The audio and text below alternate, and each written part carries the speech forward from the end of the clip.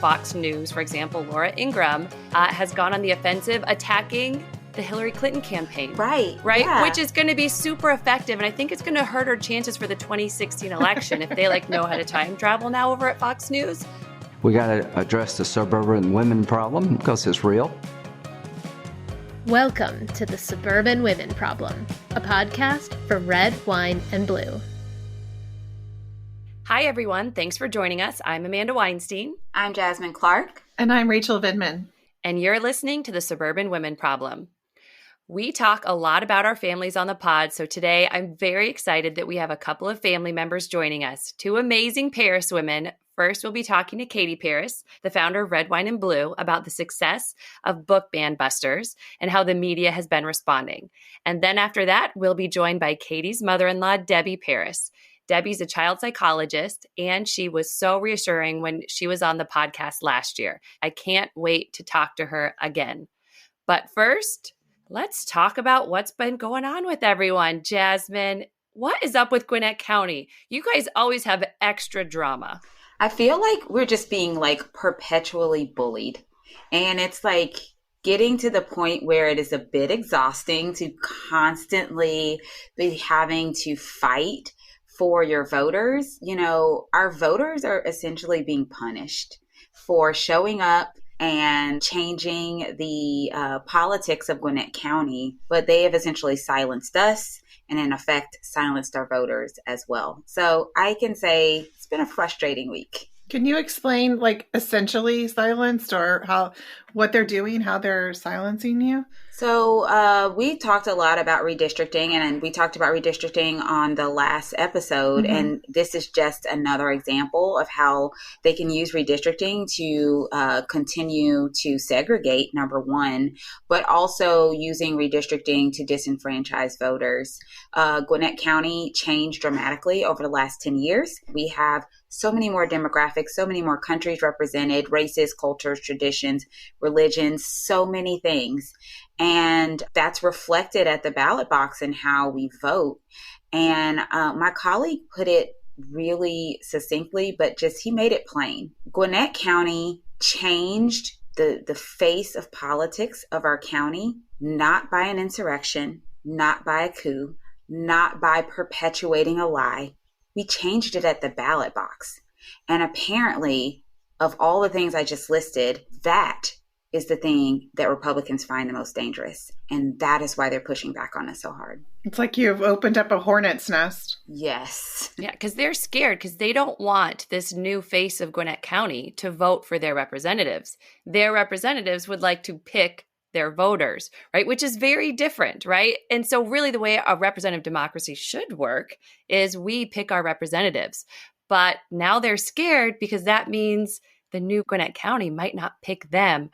Shocker. And that's really... We're not picking them. No. That's the issue. We didn't pick them. And so the few that are remaining are like, holy crap, they didn't pick us. We got to do something about this.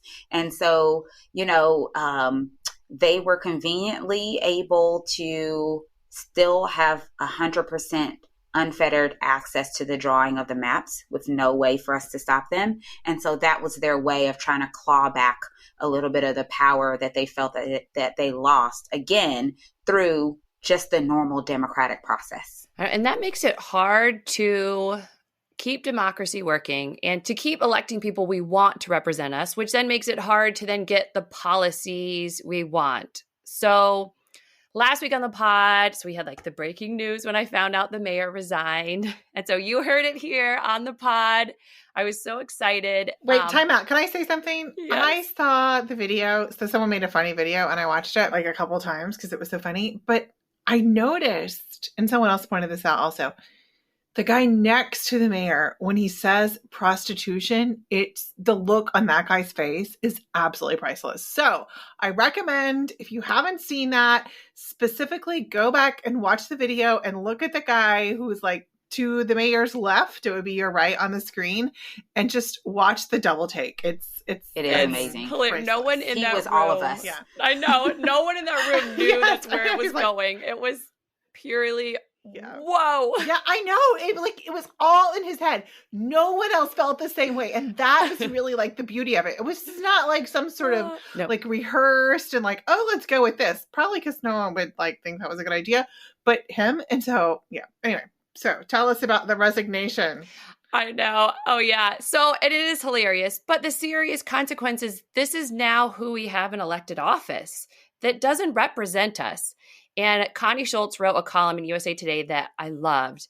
And she had a line in there that I especially love, that every community is better than its worst leaders.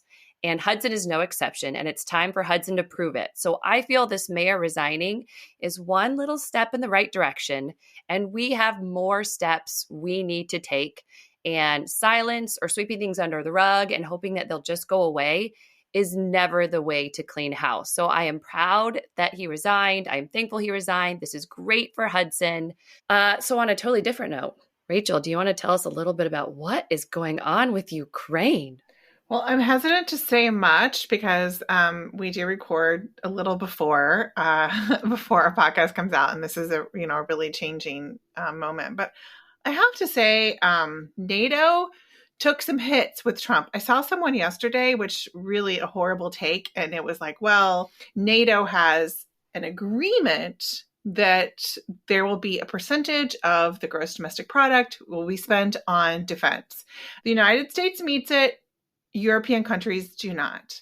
I mean, the joke for me was there were a couple of jobs in Brussels at NATO that Alex was, that we were bidding for. And I was like, just tell them that I'll go and I'll go around and making sure that everyone's paying their dues, because I really wanted to move to Brussels. That didn't happen, but I was going to be the NATO enforcer. I'm a little surprised and disappointed that they didn't allow me to do that. But the other thing you can think, right, they're concerned with national security, right? So it's not like they took their defense budget and burned it, right? They took money and spent it on other things like climate change, which, oh, by the way, our DOD has said an issue for national security. They spent it on their own people, your people's education, healthcare. Also an issue for national security. So just because they're not spending it on guns and bombs doesn't mean it's not also affecting national security when they're spending on other things that we have been told affect national security, like climate change. Yeah. So, I mean, I think that's something Alex and I've talked about a couple of times. I've asked him about that. So, if we can get away from, like we're going to talk to Katie about book bans. We're going to talk to them about some of this stuff, but it's frustrating that we're stuck in this cycle. Like what Jasmine talks about, we're stuck in this stupid cycle, but maybe we could get to a point where we talk about like defense spending and stuff like in an intelligent way. We have no capacity for that. But before we switch though, I do want to say, I love what Amanda just said, because I would wish that the United States looked at national security like that. Same. So maybe we could even get some investment in healthcare and climate change if we just all agreed that that was all a part of national security and should be a part of our national security budget. So I feel like Amanda's kind of on to something here. They're talking about Europe, but what about us? I do just want to say to highlight, I think President Biden has really shined in being a leader, not just a leader of our country, but really marshaling NATO and talking to our allies. I really feel like he gets it. I'm going to be honest. Sometimes I'm kind of like, what's going on there? And it's really hard when you talk about U.S. domestic politics and trying to herd cats, whatever they're trying to do in Congress. It's very difficult, but I see him just really rising to the occasion. And I think his experience, his statesmanship has really been on display, and people want the United States to take that position. And we have, and I think it's been really amazing. I'm very proud. And I think it's hard with the news cycle because we got used to the Trump news cycle, right? Where he says something stupid every day, every hour, right? And so we're like, oh, here's what Trump is doing because we all are talking about it. But we aren't talking about Biden as much because he is more like, I mean this in the best way, boring, right? He's doing real policy. He's working with real NATO people. He's working with our allies, right? So this is more boring. We don't hear about it as much. It doesn't mean he's not doing anything or he's not working. We just aren't hearing him. We aren't hearing the stupid like we're used to hearing. And we're not hearing as much about what he's doing. Yeah. And I wish we were. I think, I hear more and more and more about what Biden isn't doing or hasn't done or how many people don't like him. And I feel like they're really isn't a lot of news out there about the amazing things that have happened, the things that he has had to fix and is fixing, and, you know, the good things that he's doing. And to your point, Amanda, I think a lot of that just has to do with we got so used to having this bombastic, like volatile president that constantly just said ridiculous, sometimes harmful, a lot of times dangerous things. Still does. And so we got used to that. And so Biden equals boring to the media. It's true. Like, but we want boring. I want boring. Yeah. But, you know, we had boring presidencies before, and that was fine. We still could recognize the good that those presidents were doing. But when you come off of this, like, basically 4-year high of constantly being stimulated, and then all of a sudden we're serving chamomile, which has a purpose. It's doing a great job, but people are like, I need the cocaine of, you know. Yeah. That's true. You're exactly right. You are so right, because this is one thing that I've been especially critical to the Biden administration about.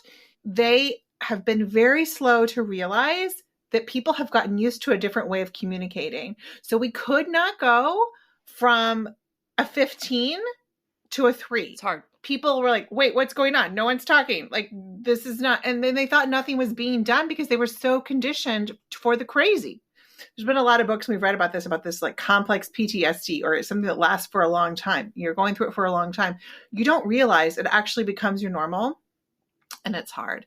And I just want to say, speaking of defense spending, if you hear some, we have some really good people who work on our podcast, but if you hear some like weird noises during the pod, it might be because I live close to Quantico and they are practicing their artillery, and my entire house is shaking every like 3 to 5 minutes. So you're okay. So we should know.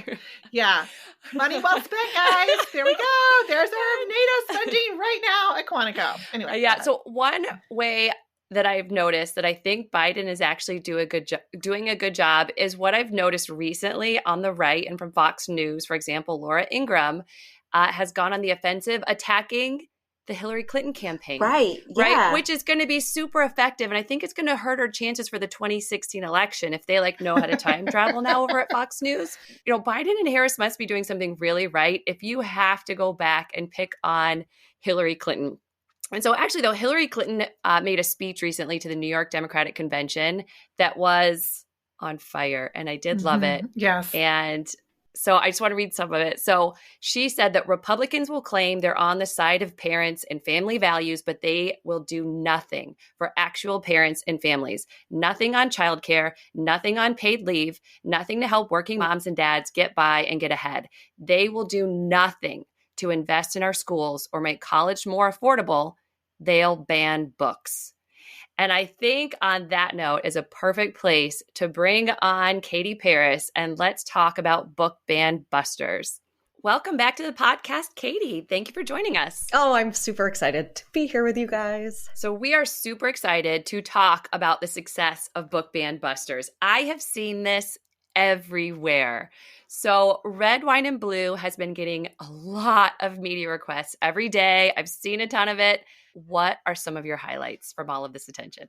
Oh my gosh, it really has been amazing. And not just to get all the press attention, but to see it translate into people taking action, reaching out to us, organizing in their local communities.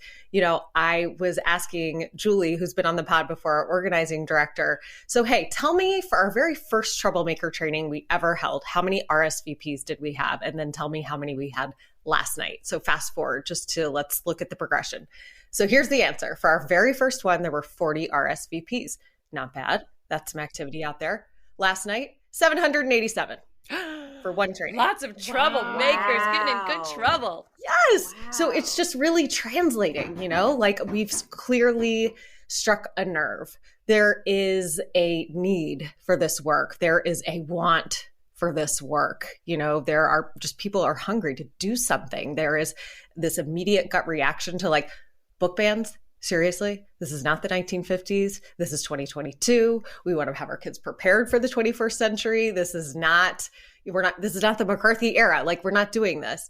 So the response has been really incredible. I mean, I think highlights for me, I mean, seeing our own Julie Collins go on one of the Sunday shows with Jonathan Capehart and just remind him that this is not actually a partisan thing. This is not about progressive or conservative. This is about looking out for our kids. And to see my teammate Julie Collins go on a Sunday show and have, this expert Jonathan Capehart thank her for reminding him of that very good lesson. Total highlight.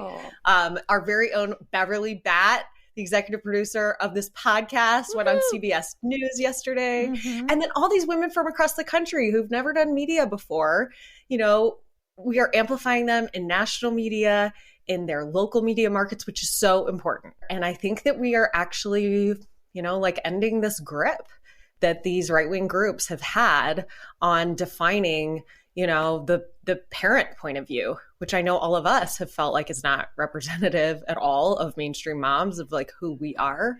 So I think that that's really important and satisfying, important for our democracy, important for our kids.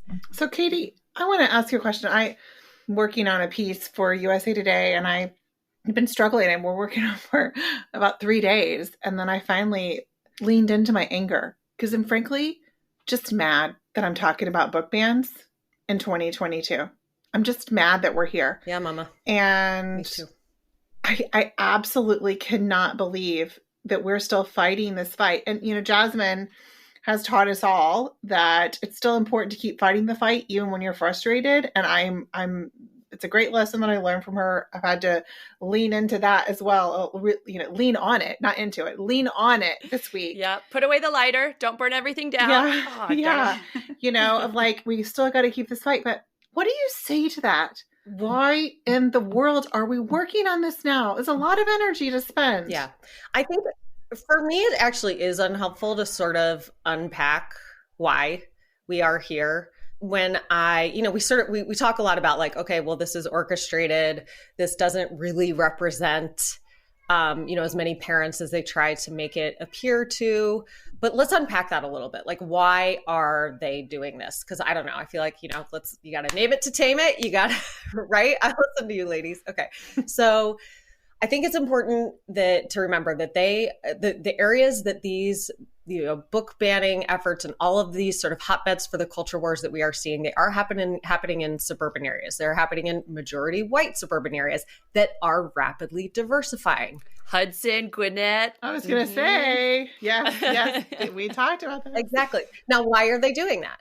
They're doing it because conservatives know they have been losing support in these areas.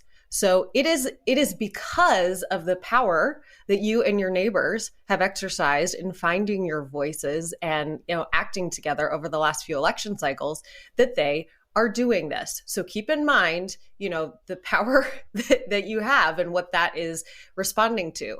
Now, pandemic comes along, all of us parents are, exhausted, frustrated, tearing our hair out, all the things you guys talk about, and they are capitalizing on it. They're exploiting it.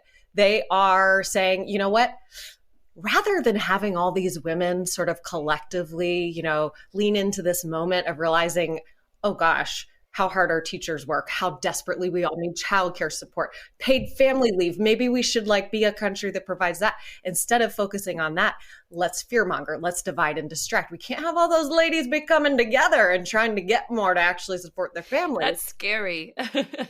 I love that you said that because you frame that in such a way that made me feel like really empowered. Like they are that scared of me and my friends and what we talk about while we go have a glass of wine that they're going to have to come up with this whole plan of like, let's start banning Rosa Parks and a bunch of books.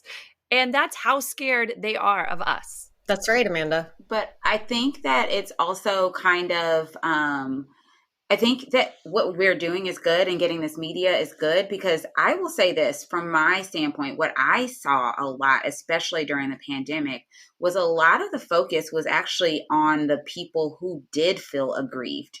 I will be honest and say I've been a little frustrated that I did not think that our side or the suburban moms who are saying, I don't want to ban books. I want to support teachers. I want to support students. I want to support schools. I want to, see policies that actually do those things. And so I'm really excited to see that. So Katie, what do you think the difference is in terms of the way people are showing up for the meetings, like how would you compare and contrast the right-wing parents as compared to, the type of moms who do the troublemaker training or, are part of Red, Wine, and Blue, those kind of moms? So this is really important. You're asking about, how we show up at these school board meetings. And, this is really important because you see all of these images. We as moms, we're watching the news, reading the paper, whatever, reading about this chaos at school board meetings. You have people, in some cases, yelling, like literally pushing each other around. And then Red, Wine, and Blue. And, you all are going to come in and say, hey, ladies, come on, why don't you come on down to the school board meeting? I mean, any mom in her right mind, if that's all they've seen is going to say, hell no, I'm going to stay home on that one, right? But it is so important that we engaged, but not in the way that they are engaging.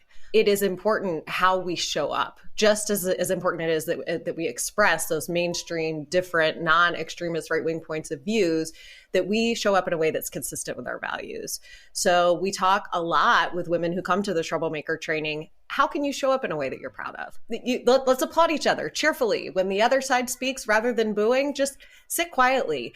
And that means that these women can show up in a way that they are proud of, that their kids can watch and go, oh, okay, mom, yeah, good job on you. And it's not going to divide the community and is going to provide, when other parents see that kind of engagement, say, oh, okay, like I can be just a regular parent and have my voice heard. And that seems like that's more representative of my voice, and we can be growing the movement. This is what moms do. We de-escalate. We show up. We support each other cheerfully. We create a good model for our kids. Love that. All right. On that note, Katie, thank you for coming on the pod once again. Thanks so much for having me. After the break, we'll be joined by Katie's mother-in-law, Debby Paris. She's an expert in child psychology, so I can't wait to get her thoughts on book bans and everything else that's going on right now. We'll be back in just a minute. Thanks so much for joining us on the Suburban Women Problem. Usually you listen to us, but now we want to listen to you. We're currently running a survey for our listeners to give us feedback on the show, how you engage with us, and more. You can take the survey by going to go.redwine.blue/SWP or by clicking the link in the show notes. Thanks. We're so excited to hear from you. Debby, thank you for joining us. So happy to see everybody. We're glad to have you again. We always love to hear your insights about what is going on and how this is all affecting our kids. Because I think when we talk about these book bans, even though it's about our schools and our kids, we don't really talk about how talking about banning a book affects our children. So we just talked to Katie Paris, who you know, about book ban busters. So let's start with book bans. Right-wing parents are very concerned about their white children feeling bad after learning about racism. What have you actually heard from kids when they read books about race and American history? Absolutely nothing that is a enormous guilt-building element. When kids read things, they certainly are personalizing it and filtering it through their stage of development. And one thing I want to say is, educators are educators. They actually know how to offer things to children in a developmental way that's appropriate for them. And I just have to, I want to answer your question directly, but I had this thought this morning that I just want to share in terms of how we frame this conversation. And one of the things I feel is happening is the differentiation between propaganda and education. Propaganda is telling people what to think. And education is teaching children how to think. So when you read a book, it isn't saying, you take personal responsibility for everything. It's opening the mind to the world, filtering it through where they were, and opening up a discussion opposed to closing off a discussion. And the idea, I've been a therapist for many, many years, and the idea that you can sort of implant an idea into a kid, if I make an interpretation that's wrong, it goes no place. If I make an interpretation that's right, it opens up the world. And your question of how children take the book banning, there's actually a funny element to this. Children love forbidden fruit. That is true. So You want to keep curiosity, say, don't know about this. So that it's hitting the wrong note every which way, and it is interfering with children's learning. Learning problems often come, we have a lot of information about sort of hardwired learning problems, but the emotional interferences in learning come from the message of don't know, don't ask questions, don't be curious, don't learn. And that creates learning problems. So these very parents that are protecting their children are creating not only a closed world, but an inability to really learn. I'm not sure that answers your question, but it was what was on my mind. No, I love that, because we had we've had a teacher talking about books as being this window, and they can act as a window to see the world and to see a different perspective.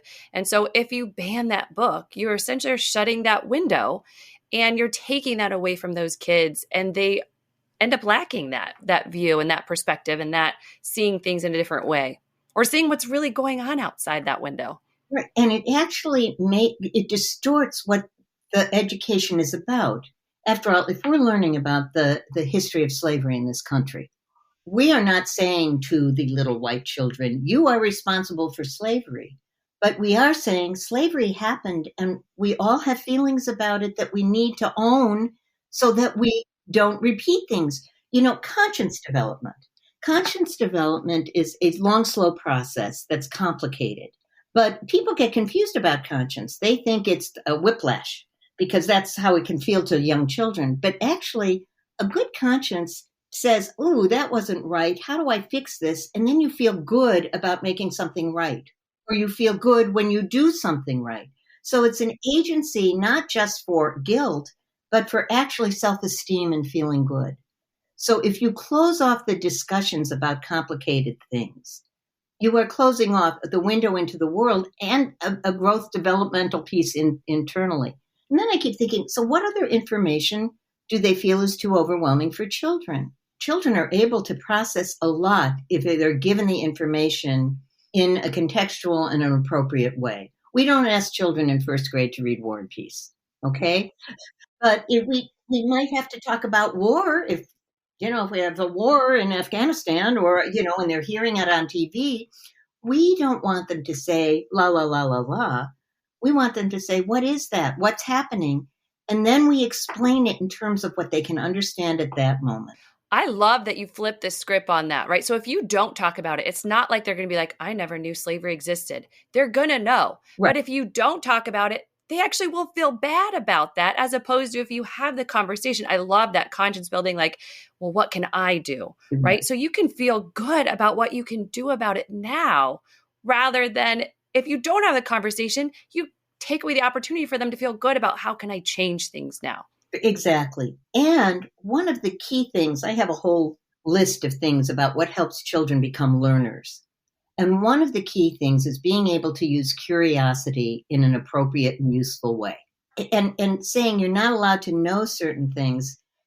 In one hand, it cuts off curiosity. And in another hand, it stimulates curiosity. What am I not supposed to know about? And the idea that children don't hear things is so a wishful thinking on adults' parts. There isn't a conversation in the household that kids don't get. It's true. And then if the message is don't know, it goes underground. Then guilt comes in that they know something they're not supposed to know, or they're thinking something they're not supposed to think.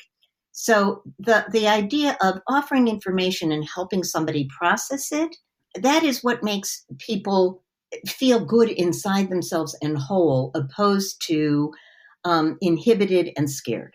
I love that you brought this up. This actually reminds me of something a colleague of mine recently took to Twitter and just, was so offended that on Valentine's Day in the classroom, a short was played. And in this short, it's basically about a boy who apparently likes another boy. The other boy, it's a whole thing. And basically it's about love or friendship or whatever. And he was just very, very offended that this was shown to kindergartners. Now, it's a cartoon. Are you really upset that they showed a short about attraction? Because we've got Little Mermaid, we've got Lion King, We've got Beauty and the Beast. We've got Cinderella. It's all about death and attraction. All Disney movies, death and attraction. Yeah, but you're totally fine with 5 and 6-year-olds watching that or being exposed to that because to you, that is acceptable. And then he's like, well, 5 and 6-year-olds shouldn't be thinking about those things. And I was like, okay, let's say they aren't. But why does it have to be like romantic love? Why couldn't it be a friendship? This is he filtered it through himself. This is something he displaced onto it. This is about his issue. This was about love is all kinds of ways. And I'm going to go into sort of different territory in this in terms of development. Human sexual development is a long-term proposition. You have, what is adolescence? It's figuring out who you are and what you care about and who you're attracted to, all into the early 20s. And it varies. So the idea that this is sexualized is something that he's bringing to it. And this is, again, where the propaganda piece comes in, that this is forbidden. This is talking about male and male attraction, and that's bad and wrong. That is teaching somebody what to think rather than teaching them how to think. And we are really in the position that Short is telling kids how to think about something, and they bring to it what they bring to it. But I've always felt that maybe this is too political, but I think that the far right tends to accuse everybody else of stuff that's their issue. I've said that before too. That is a decoder ring thing, Who's cheating? Who's doing voter fraud? There's a distortion of the conversation according to what they're struggling with. The dialogue in general, been degraded to an instinctual level. We come into this world in terms of child development. We already come loaded with some software. We come in with instincts that are part of being part of the natural world so that we can survive, right? So we come with some aggression and we come with some excitement because that's how you live in the world. The process of child development is neutralizing those things, making them usable in productive and societally acceptable ways. When the dialogue gets degraded, it's through the instinct. It's through the primitive stuff. When if you raise children, they can be a little primitive at times and you're helping them be less primitive. That's what we're trying to do as parents. But when the parents bring their own primitive stuff to framing the dialogue, to bringing it to the content, to interpreting things in these basically early childhood ways, it regresses children and it regresses the dialogue. Does this make any sense what I'm saying? It's actually perfect. Yeah, it makes a lot of sense. And I think that the same thing can be said about books. I know I talked about a video, but a lot of the books that are getting banned are books that, these adults are feeling like children shouldn't learn about or can't handle and all these things. And I think to your point, that's kind of like their own thing. And they're projecting that onto the children in the name of, quote, protecting them. But as you said earlier, you're taking away their armor. You're not protecting them. You're actually removing armor for them to go through life. And it's not protection. It's kind of the opposite. It's kind of the opposite. And you raised something really important. When parents are so concerned about children feeling guilt, let's say about slavery, okay, who's feeling guilty? I'm feeling like the parents are feeling guilty about something, perhaps about how they've enacted racism in their present life. I'm Jewish, so there's a lot about the Holocaust in our history. I don't expect every German to feel guilty about the Holocaust. I do expect every German to know about the Holocaust so that there's the understanding that, wow, how did that happen? We can never let that happen again. We need to know about slavery. How did that happen? We can never let the things that build up to that happen again. So it's knowledge is power. And that's why I was saying about propaganda shuts out knowledge as if that's going to control everything. And that means the adults are afraid of something. If you know history and the banning of books, I don't know any educated person that doesn't hear banning of books and think of Nazi Germany. I mean, have they never seen the book burnings of Nazi Germany? And this is who they want to be? Yes. I mean, it's such a crazy thing to repeat, to want to, to emulate. My daughter recently, she had COVID, and my husband's agent sent her a care package, and it had a book. It was a graphic novel that was age appropriate, and she was reading it. And she came to me. She just turned 11 a couple weeks ago, and she was like, "I don't think I can read this book, Mama." And I was like, "Oh, what's wrong? What's wrong with it?" And she was like, "It has a bad word," and it did. I mean, it was a 4-letter word. She's like, "Look," and I was like, "It's okay. You can still read it." She's like, "I can?" I'm like, "I'm pretty sure you've heard that word before, like probably a couple hours ago for me." I mean, but see, the thing is, she would go and like beg to watch something on Netflix that she knows I would say is not okay. So the book thing is very curious that she brought it to me, and I have no idea why. Well, it was an inside conflict, and that's where we're trying to get it to go. But the other thing that raises is the whole idea of the helicopter parent, Mm-hmm. because helicopter parents are supposedly trying to keep their kids safe. Mm-hmm. And what it does is make children feel so much less safe in the world. They're only safe if it's filtered through their parents. They're only safe if their parents are telling them what to do. But they're only safe if their parents can rescue them. And that's so sad, because then kids aren't building muscle to be able to handle living. And what our goal as parents is to actually help them navigate the world on their own. So there's a great line. I might have said this the last time I was on. That you sort of do for your children, and then you do with your children, and then you stand back to admire them as they do it for themselves. And the whole idea is to give them the ability to do things for themselves one step at a time. You don't throw kids in the deep end, but you help them one step at a time according to where they are. Learning is supposed to excite you about ideas. How do you learn about history in this sort of Baudelarized, sanitized way? Mm-hmm. You want children to be good citizens in the world. You want them to be feeling strong inside themselves, with conscience, with learning step by step, but also excited about being able to know anything and learn it and digest it in a way that's appropriate. Oh, Debbie, listen to you always feels like this free therapy session. So I want to ask a question just for me personally that I want to know. So we had an event recently at our house where we had protesters come, and my children felt intimidated. And oftentimes there's also, I know Rachel tweeted about a BOE member where they actually sent a death threat to her child. How do we address that as parents, right? I don't want them to face this, and I don't want a BOE member's child to face this, but sometimes they do. How do we have those conversations? What do we say to our kids when they see the ugliness in politics? Okay, well, and it sort of cycles back to where we began this discussion. First of all, when children have something overwhelming that's above their pay grade happen to them, we are the filters. I'm hesitating saying that these days, because I don't mean we control what books they read, but we are the filters for their experience. And, the first thing you want for a kid is to feel safe. And our 3-year-old asked that, or our 4-year-old, she said, "Am I still safe here?" Yeah. And what you want to know is mommy and daddy, mommy and mommy, daddy and daddy are keeping you safe. That we are the grown-ups. It's our job to keep you safe, and it's okay. So that's the baseline. And kids are very appropriately the center of their own story. So the first thing they want to know is that they're safe. The second thing they want to know is, are you safe? I think that what we want to convey is that we know how to take care of ourselves because we're grown-ups. And these people are making a lot of loud noise and trying to scare people. So there are a couple of things you can convey to them. First of all, you can say that they're having a trouble.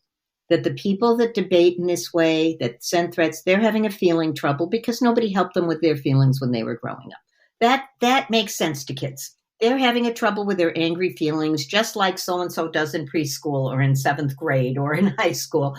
They don't know how to manage their feelings, and I'm sorry that they don't have help with that, but we don't do that. That isn't how we live in the world. So you have a chance to make them feel safe, but also to do the ethical and the values training, because that's where you get to say, that isn't how we believe people should be in the world. And we're going to keep you safe. And we're going to think of how we want to say the things when we're mad in a way that doesn't scare somebody else and isn't mean. Because what you've got, remember when I was talking about the primitive stuff? Think how primitive that is to do that to a family.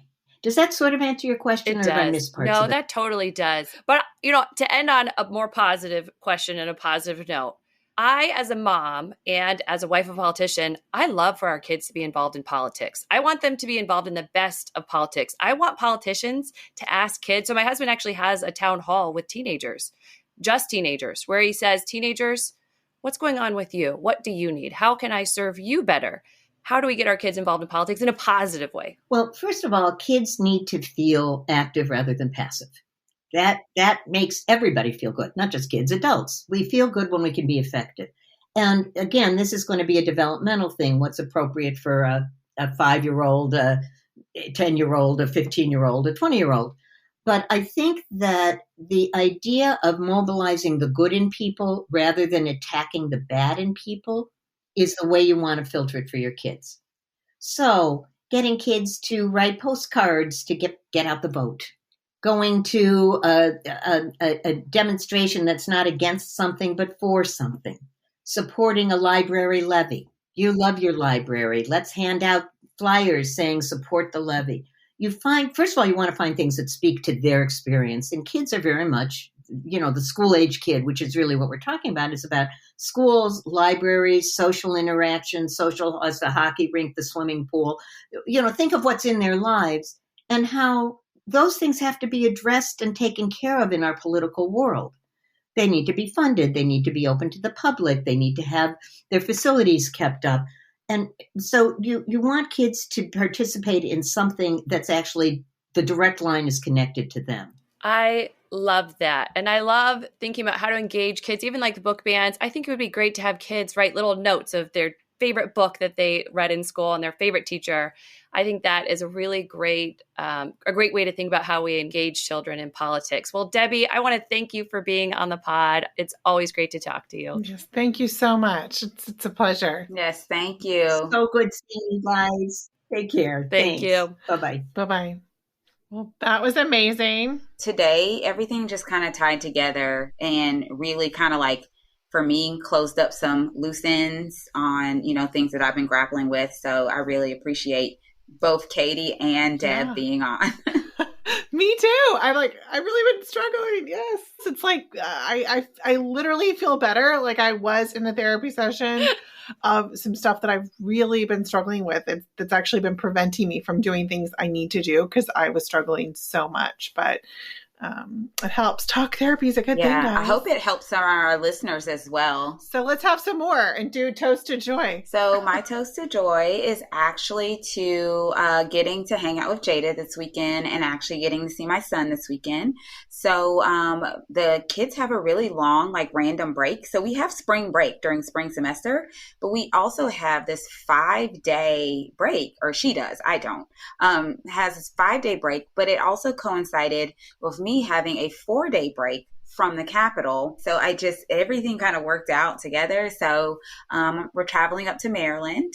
I get to see my baby boy, who's not so much a baby anymore. He'll be 16 this year. And she'll get to see her dad and stuff. But I'm looking forward to whipping out a book on the plane and doing some things out of town. So I'm really, really excited. So that is my toast of joy. And if you could see me right now, you would see how excited I am about this because I really, really want to get out of town. I know you're having a bad week last week, so I was like, I hope this one is better. It was not better, no. But this is good. This is going to be good. It's needed. All right, Rachel, what about you? What's your toast to joy? My toast to joy is just keeping my head above water. I've gotten something accomplished every day, which has been just really hard. I mean, I really have been struggling with a lot of this and keeping it all straight and processing it. I mean, there's still so much good and so many great things in my life, but it feels extra frustrating lately, and I'm not letting the frustrating get me down. Oh, I feel that. Sometimes it just feels like, what did I do? I just spent 7 hours working, but what did I get done? And I walk away feeling so frustrated. But I've really focused on trying to find something that I do every day that's something I need to do and that I can point to it and say that I did it. That wasn't carpool and making dinner and those things, but something else that I need to get done.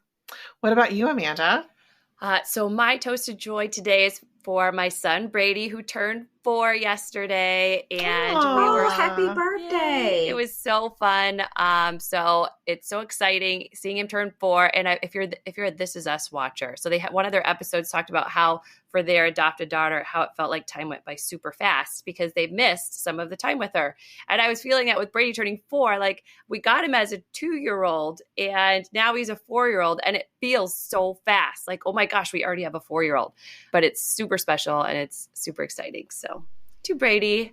Did y'all do something fun? So we're actually having a little trampoline party on Saturday tomorrow. Oh, that sounds really fun. Yep. So we're excited about that. All right. So thanks so much to everyone for joining us today. If you haven't taken our listener survey yet, we'd love to hear from you. You can find the survey link in the show notes. We'll see you next week on another episode of The Suburban Women Problem. The Suburban Women Problem was created by Red, Wine, and Blue. Our executive producer is Beverly Batt. Our producer and editor is Amy Thorstensen. Our video producer is Ashley Hufford. And our production coordinator is Drew Amstutz. If you're ready to be part of the Suburban Women Problem, head over to redwine.blue and sign up for our newsletter so you don't miss a thing.